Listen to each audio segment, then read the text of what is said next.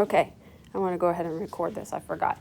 The negative 12, right. So we started by saying what two numbers can we use to multiply to get the 2x squared. Now we're trying to decide what two numbers are we going to use in the back to get the negative 12. But they have to combine together correctly. We got to look at our outside and our inside so that we get this negative 3x also, right? Okay, so to get the negative 12, we need to consider 1 and 12 or 12 and 1. We need to consider 2 and 6 or 6 and 2. We need to consider 3 and 4 or 4 and 3, right? Let's use a little bit of logical thinking here, though, also. With the 2 here, that helps us a little bit, right? We've talked about this before. It doesn't make any sense. There's no way I can have a 12 here and a 1 here because there'd be a common factor here, and we don't have a common factor. Saoirse just said we don't have a common factor in the original problem, so we cannot have a common factor in that particular place. So we know it can't be 12 and 1. It's really not going to make sense to say 1 and 12. Those numbers are going to be way too big, right? So we move to 2 and 6. What's the issue with 2 and 6? Regardless of whether I put a 2 or a 6 here, I would have a common factor, right? Okay, so it can't be 2 and 6. The other options are 3 and 4. If I put the 4 here, I'd have common factor again, and I can't have that. So obviously, the 3 has to go here and the 4 has to go here. Now we better check to make sure. Let's make sure that works. Does it? AX. Uh-oh. No. Maybe, what did I do? Did I make a mistake with my factoring? Let me check. Sorry about that. All right, sorry about that. So I messed up with what I wrote in that middle term. So let's fix that. So it should be a negative 5. So then this does work, right? So if we combine this 8 needs to be negative, the 3 needs to be positive. So that means this is positive. The 4 needs to be negative. Okay? All right, all of that just to really focus on the fact. I'm going to get rid of this here. What I really want you to focus on is the fact that when we did the factoring here, and you guys know this, just keep this in mind here because we're going to use this idea in just a second. When we were doing this factoring, these particular numbers have to be the factors that multiply to give us this first term. That's our leading coefficient, right? And then these numbers here have to multiply to give us our constant. All right? Think about what our solutions in this case would be. We know we get x equals 4 here. Here we would have an x equals negative 3 over 2. So I need you to notice where the 3 is in this solution, right? Where the 4 is, and where's the 2? So the 2 is coming from the fact that we needed that to get our first term, our leading coefficient. The 3 and the 4 are coming from the fact that we needed to multiply to get that last term, that constant, okay? So we use that same idea when we are looking at this first theorem that we're about to talk about. Okay, so onward, let's talk about this. The rational zero theorem, it looks very fancy there. I like to make sure that you guys actually see and realize that most textbooks reference this as P over Q. What I'm going to ask you to remember is C over LC. And that stands for factors of the constant over factors of the leading coefficient.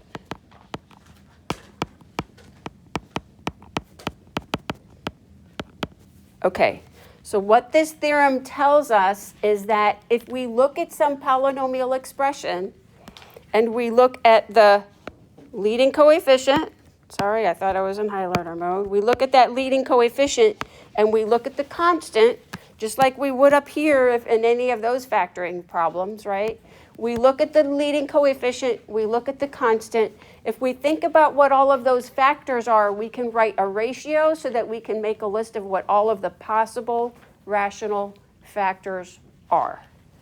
Okay, so the way we do that is we are going to make a list of, we want to think about what all of the factors are of the constant that's given here. So in this case, the constant is this -3. So let's think about that. What are the factors of -3? 1 and 3, right? So the factors of the constant in this case are 1 and 3. And the factors of the leading coefficient, so the factors of 4, what numbers could possibly multiply to get us 4? Yeah, it could be 1 and 4, or it could be 2 and 2. Okay, only we really don't have to list that 2 twice, do we? If we're just making a list. So what we're going to do is write the combination of all of the numbers in the top over all of the numbers in the bottom. So in other words, we're going to make a list and we're going to say, we're going to take positive and -1 and put it over 1, and positive and -3 and put it over 1.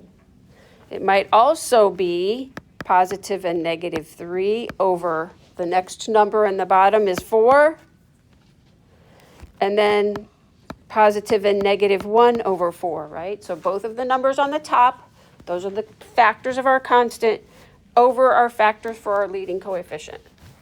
And then lastly, we're going to do positive and -1 over 2, and then positive and -3 over 2. So our answer, our possible answers, that's the other part to realize, is that it's saying possible answers. We don't know that they are actually zeros, but those are all of the different combinations. Just like up here, when we did this factoring, we had to say, well, we have to consider 1 and 2, and then for the 12, we have to consider 1 and 12, we have to consider 2 and 6, we have to consider 3 and 4. So similarly there, we're thinking about all of those factors in this particular case.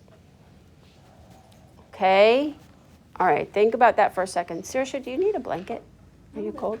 Okay, I just had a shiver there, so I didn't. Okay. So similar idea of what we are actually doing when we're factoring something quadratic. We are looking at factors of our constant over factors of our leading coefficient, and we make that list. So I'm going to talk to you about why we have that list in just a second, okay? But let's look at this next example. So let's do the same process here. I'm seeing,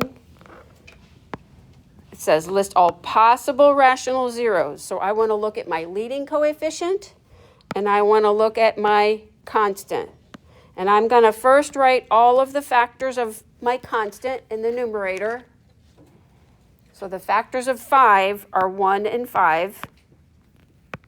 Over my factors of my leading coefficient, which is 2. And the only factors of that are 1 and 2. But now I've got to do my list, and I've got to make sure I'm including all of the different pairings of numerator over denominator. So someone help me out with that. Rita, can you help me here? So we're going to do positive and negative. We have to look at this. And then what else? 1 over what else? Okay, so we're going to have positive and -1, or 1 over 1, and then positive and -1 over 2, right? All right, Charlie D., what are the other factors that we have to consider here? The other ratios that we have to do here. Now we have to put the 5 over everything in the denominator. Okay, so yeah, so positive and negative 5 over 1, and positive and negative 5 over 2. Right? So that's my possible rational zeros. So when you are asked to find possible rational zeros, that's the process. Okay? We're going to appreciate when you guys don't have to necessarily do that whole process like totally blind, right? So here's how we use this information, this possible rational zeros. If we are looking at a particular polynomial function and we are told we need to figure out what all of the zeros are, without graphing calculator, I have to do the factors of the C over factors of the LC and make that list and then start doing synthetic division until I find one of those that divides and gets us 0. We are going to use our graphing calculators though. So grab your graphing calculators, plug in that function, and let's see what you get. All right, so we plugged into the graphing calculator. We found one specific place. That's all we needed. Just one, because we're going to use synthetic division from there. We're going to use the graphing calculator. We found that it crosses the x-axis at x equals 2. So to figure out and show and determine where the other zeros are, we're going to use synthetic division from here. So that's why you learned about synthetic division, is because now we are going to do our division, and let's see, this is going to be 1, 1, negative 5, negative 2. So we need to do synthetic division and get to the point where we have our reduced polynomial.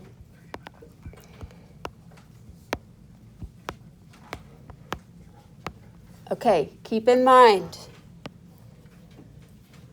once we have done this synthetic division here, the remainder's got to be 0. Otherwise, it's saying it doesn't divide in evenly. And we just determined it should divide evenly. So if you make a mistake and you don't get 0, you know you've done something wrong. All right. From there, we have a reduced polynomial that we need to look at, and we need to figure out how to deal with that. Oops, let me change colors here. Our reduced polynomial is x squared plus 3x plus 1. And we're trying to find the zeros or the solutions. So we're setting this equals to 0 and we need to solve. Can we factor that?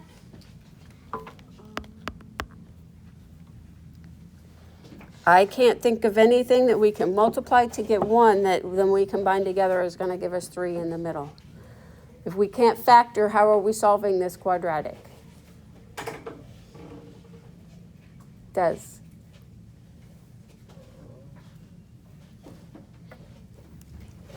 If we have a quadratic equation that we cannot factor, how are we going to solve it? Quadratic formula. There you go. X is equal to opposite of b plus or minus square root of b squared minus 4 AC all over 2A. Charlie's enough. So we get what? Square root of 5 all over 2.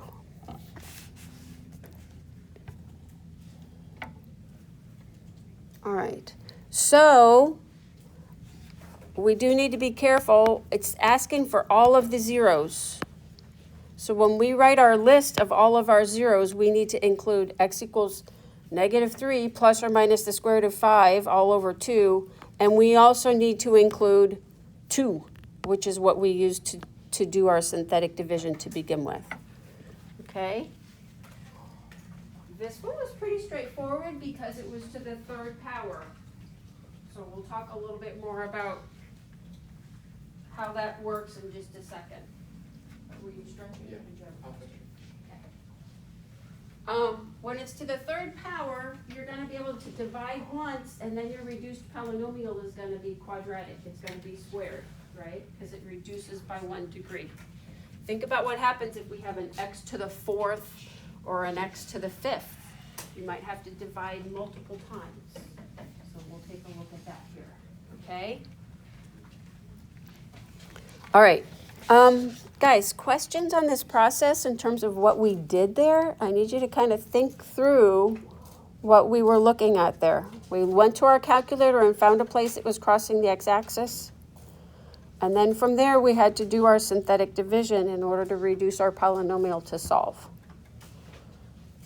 Okay, so some properties that you need to make sure you understand. If the degree of our polynomial is n, then counting all of our different roots, we're going to have all of the multiple roots. Our equation has to have that same number of roots. So if it's something x to the 5th, we better have 5 roots. Some of them might be real, some of them might be imaginary or complex, but we've got to have 5 answers. If it's something x cubed, then we need to have 3 answers. Some of them might be real, some of them might be imaginary, but we got to have 3 altogether. Okay? All right, here's the other thing to think about. If we have a complex root, like a plus bi, then we know that a minus bi has to be a root also. We have those conjugate pairs. We've already talked about that.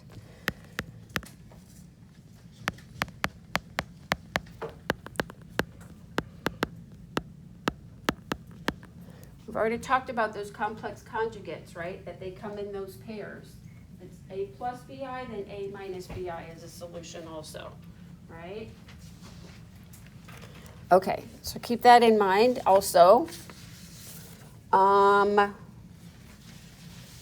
I'm gonna jump ahead to look at the last 2 examples on the next page, and then we'll look at the one on top.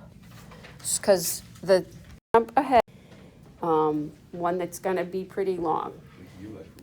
Yep, you recognize and realize and appreciate this stuff has to do with what we just talked about. Okay? Don't worry about this. But let's take a look at what this is saying here. It says, find a 3rd degree polynomial function with real coefficients that has -3 and I as zeros. Here's the thing you guys have to remember. Because it's not telling you this, but if I is a 0, what else is a 0? If x equals I is a 0, what else is a 0? What did we just learn about complex conjugates?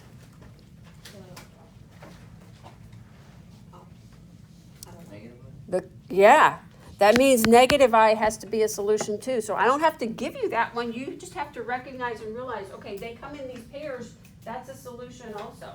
So if x equals I is a solution, so is x equals negative I. And then it's also saying, oh, we have this -3. So guys, we need to multiply. What this is asking us to do is basically work completely backwards. And now we're going to multiply all of this together and figure out what our polynomial is. So, suggestion.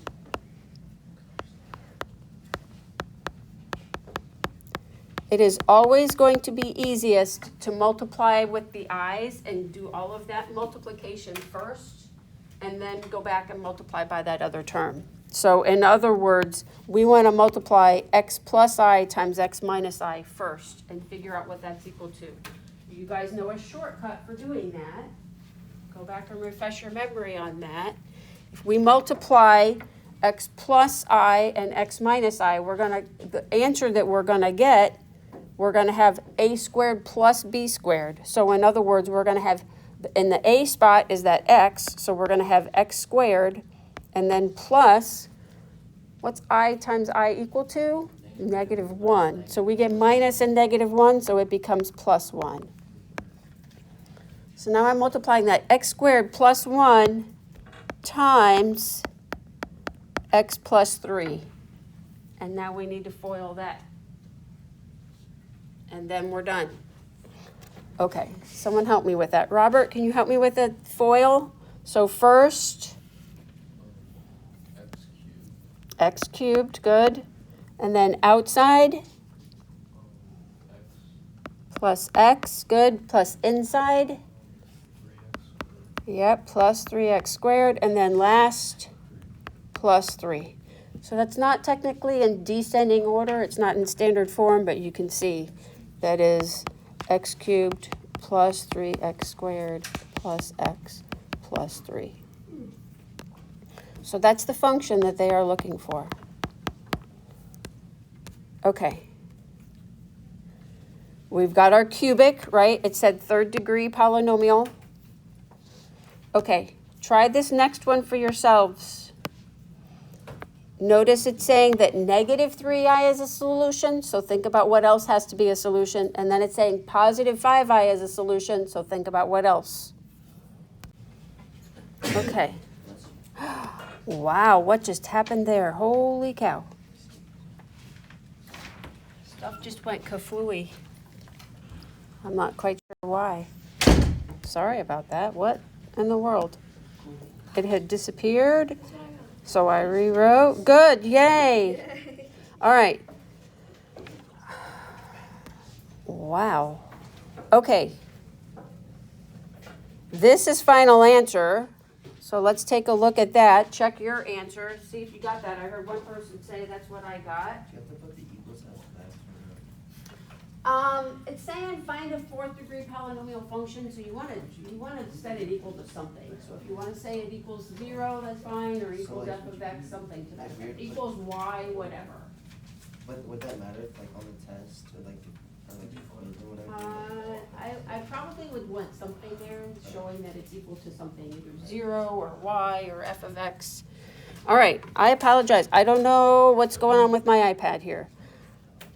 Should we talk through this? Did you guys get that answer, or do I need to go back and sort through all of, I don't know why it just did that. It morphed like, what happened when I was writing is it's like it disappeared, and then all of a sudden it reappeared here when I pulled this back up, so I don't know what happened. All kinds of weird tech issues I'm having with here today. I'm sorry. Okay, did we get that? Yes? Okay, because if not, we need to go back and, okay. All right, let's notice, how many zeros should we be finding?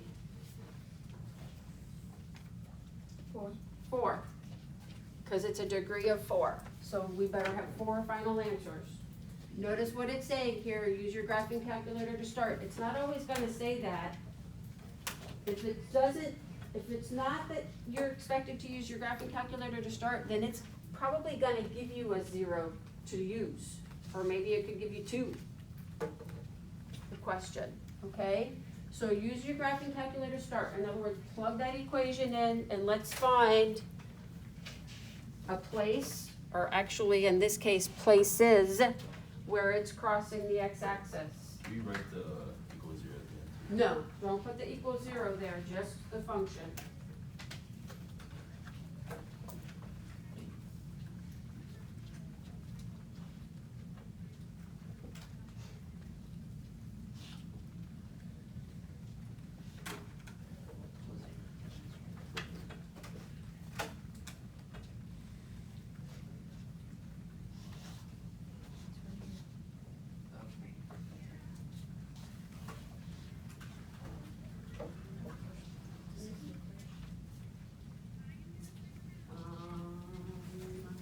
I got one for the 0.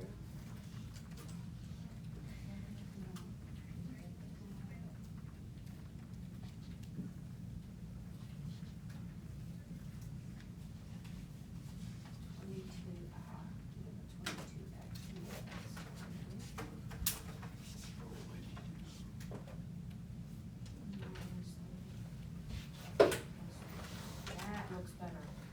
That looks good. Yeah, good, okay. All right, what does that graph look like? Uh-oh, something doesn't look right there. Yours is really high up. Mine's good. Oh, Yeah. that's right. Why is yours so high up?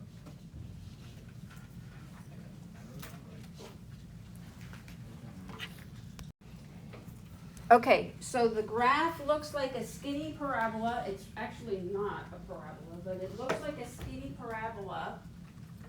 It's hitting the axis. It's bouncing at, what did you say, +1? If it's bouncing, guys, what's the multiplicity? Even. So that means it's not just a 0 once, it's a 0 2 different times. So in other words, we're going to do our synthetic division. We're going to use 1. Yikes, let me get out of. We're going to use 1 in our box. 1, -6, 22. When we do our synthetic division here, this better give us 0.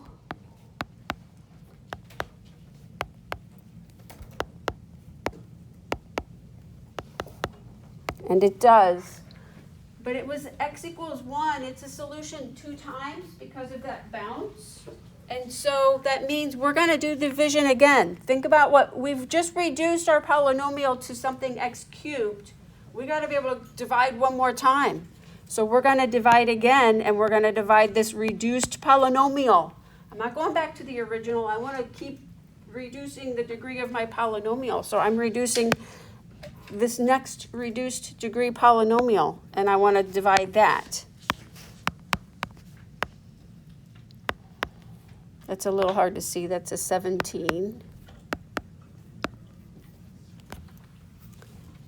Okay. Now we have a reduced polynomial that is quadratic, and we know how to work with that. So once again, the first thing we're looking for is, can we factor this? And I can't think of numbers that are going to multiply to give me 13 that would give me a 4 in the middle. So this does not factor, so we've got to go to quadratic formula again. So x is equal to opposite of b plus or minus square root of b squared minus 4ac all over 2. So we get 4 plus or minus the square root of, that ends up being -36. So actually, yeah, I'm gonna jump to this. And we get 4 plus or minus 6i. Be careful, we've got Mickey Mouse ears. So we got a lot of good stuff that we're reviewing here and just these single problems, right? Okay, so x equals 2 plus or minus 3i. That's this solution. How many solutions is that? 2. That's 2 that I've just listed. Where are my other 2 solutions? Because we've already decided we need 4. We have the 1. We have the 1, and you probably want to put a little note there, a reminder to yourself, this is of multiplicity 2, so that you remember, okay, there's my other 2 answers, right? So that you can verify to yourself in your mind, okay, I've got 4 solutions, I know I have all of them. Okay? Which of the 2 is a solution? Nope, 2 plus 3i and 2 minus 3i, they are solutions. Okay. And then 1 is a solution twice, Okay. is what that's saying. Does that make sense? Okay, awesome. I want to try another problem like this. So, on that blank piece of paper,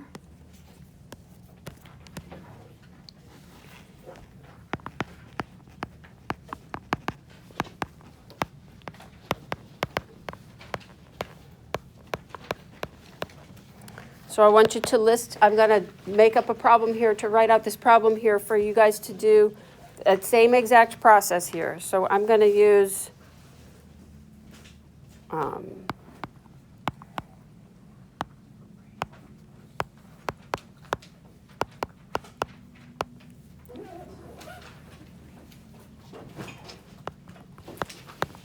okay, this one's going to be a little bit more involved because of all of the factors that we have. So be careful and make sure you're listing all of the factors. Messy, sorry. Process So I'm hoping also, though, that makes, this is why I asked you to get the paper. We already did that.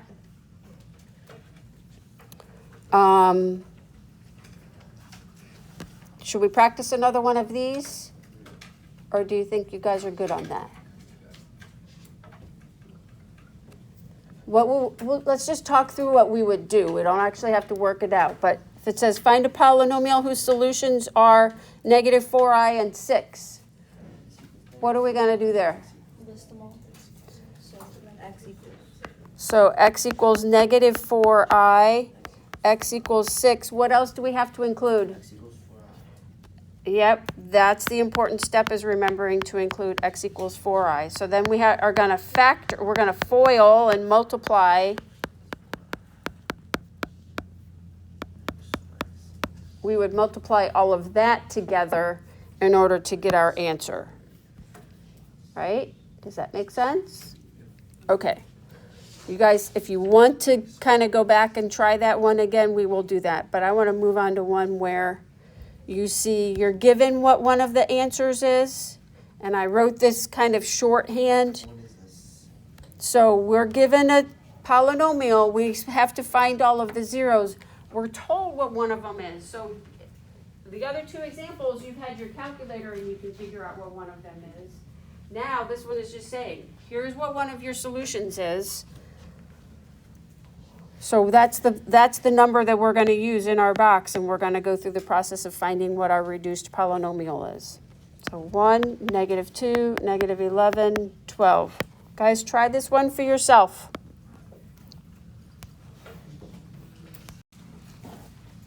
Okay. Don't peek up there until you've actually solved it. So I've written out the work there for you so you can kind of check to see.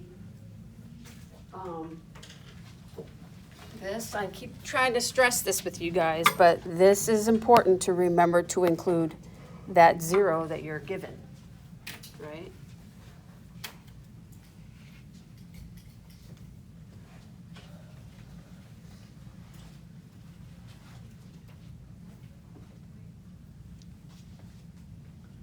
Okay, questions? How'd you do on that? If you feel like you want or need more practice, which I'm going to give you some homework here in a second too. I'm going to explain that in just a second, but you can write this one down. You can try that one as well. This one is similar to the one that we did just prior to this, where you see a bounce. So that means it's a solution twice that you've got to try. So if you write that down, if you feel like you want or need a little bit of extra practice. And I can look at that one with you. Okay? All right. So, two things here, if you notice. There is a quizzes. It should be a link with 5 problems to solve. Similar to what this is like. Actually, I think maybe there's a question on like the degree or how many zeros or something like that, but most of them are like this. So you're going to want to plug those into your graphing calculator and find one of those zeros and do your division. So you're going to need paper handy for that quizzes. Don't think you can just do that off the top of your head. Okay? And then there is a My Math Lab also. I'm pretty sure I have the quizzes set for due by day 1, but I will check on that for you to be sure, okay? Factors for 24, so that's our constant, so all of the possible factors for 24. 3 and 8. Okay, we've got 3 and 8. 1, What else, Kate? 6 and 4.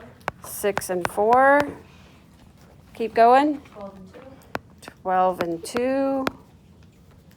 24 and 1. 24 and 1. Okay, that is all of those. That's all of our factors of our constant. Now, what about the factors, Mariana? What about the factors for 10? 1 and 10. And 2 and 5. Okay, so now, guys, we've got to make a very We got to be careful about writing out this list so that we include all of them here. So for me, I like to literally like go in order on the top over each one of those in the bottom. So it's positive and negative 3 over 1, positive and negative 8 over 1, positive and negative 6, positive and negative 4, positive and negative 12, positive and negative 2, and so on through that whole list, right? That's all of those numbers over 1. Now we need to put each of those numbers over 10. We need to put each of those numbers over 2, and we need to put each of those numbers over 5. So this is a very long list. So positive and negative 3 over 10, positive and negative 8 over 10. Well, that simplifies. So let's simplify that too. So that's 4 over 5. Positive and negative 6 over 10, that simplifies also. Positive and negative 4 over 10, we can simplify that. And you're going to see why it's helpful to do this. Positive and negative 12 over 10, that simplifies. Positive and negative 2 over 10, that simplifies. Positive and negative 24 over 10. Let's see, I guess just 2 goes into that, so 12 over 5. And positive and negative 1 over 10. Okay, we're not done. Now we've got to do each of those numbers over 2. But you're going to see that some of these are repeats, and we don't have to include those, right? So we need to do positive and negative 3 over 2, positive and negative 8 over 2, which is 4. We already have that one. We have 6 over 2, we have 4 over 2, we have 12 over 2, we have 2 over 2, we have 24 over 2, we have 1 over, no, we don't have 1 over 2. So that adds to our list. And now we're going to do each of those numbers in the numerator over the denominator. All right, positive and negative 3 over 5, positive and negative, 8 over 5, positive and negative 6 over 5, positive and negative 4. Yes, this is long. I purposefully, like I said, I purposefully made this one really long. Actually, we're getting repeats here, aren't we? Because I'm seeing the 4 over 5 already. Did we have a 6 over 5? We did. So that's where doing the simplifying helps, because we have the 4 over 5 and the 3 over 5 and the 2 over 5 and the 6 over 5 already from reducing those fractions. So that does help. Okay? So we can get rid of some of these here because we already have them included. I don't think we have an 8 over 5. So we do need this. We need the 3 over 5. 6 over 5 we already have. 4 over 5 we already have. So we can get rid of this and this. 12 over 5 we already have. 2 over 5 we already have. 24 over 5. And positive and negative 1 over 5. Okay. Yes, that's long and obnoxious. And like I said, I purposefully made it that crazy just so that you could see and kind of practice that process and understand with the simplifying. It got messy there. Does that make sense to you guys in terms of the process? That factors of the C, factors of the constant, over factors of the leading coefficient, and then you're writing all of those out. Okay, and remember, this is coming from what we looked at with that original problem where it was just quadratic. Okay, I purposefully, like I said, made that. So here's the deal. When we didn't have those graphing calculators back there in the dinosaur day, hold on, Elisa, I want to hear your question just a second. When we didn't have the graphing calculator, this is where we had to start. We had to decide on and figure out what might be a possible 0, and we had to start doing synthetic division until we could figure out which one of these is a 0. So it was a pretty lengthy process sometimes. Okay, Elisa, your question. I was gonna ask, can I go to that one? Yes, go quickly. Okay. So yes, long drawn out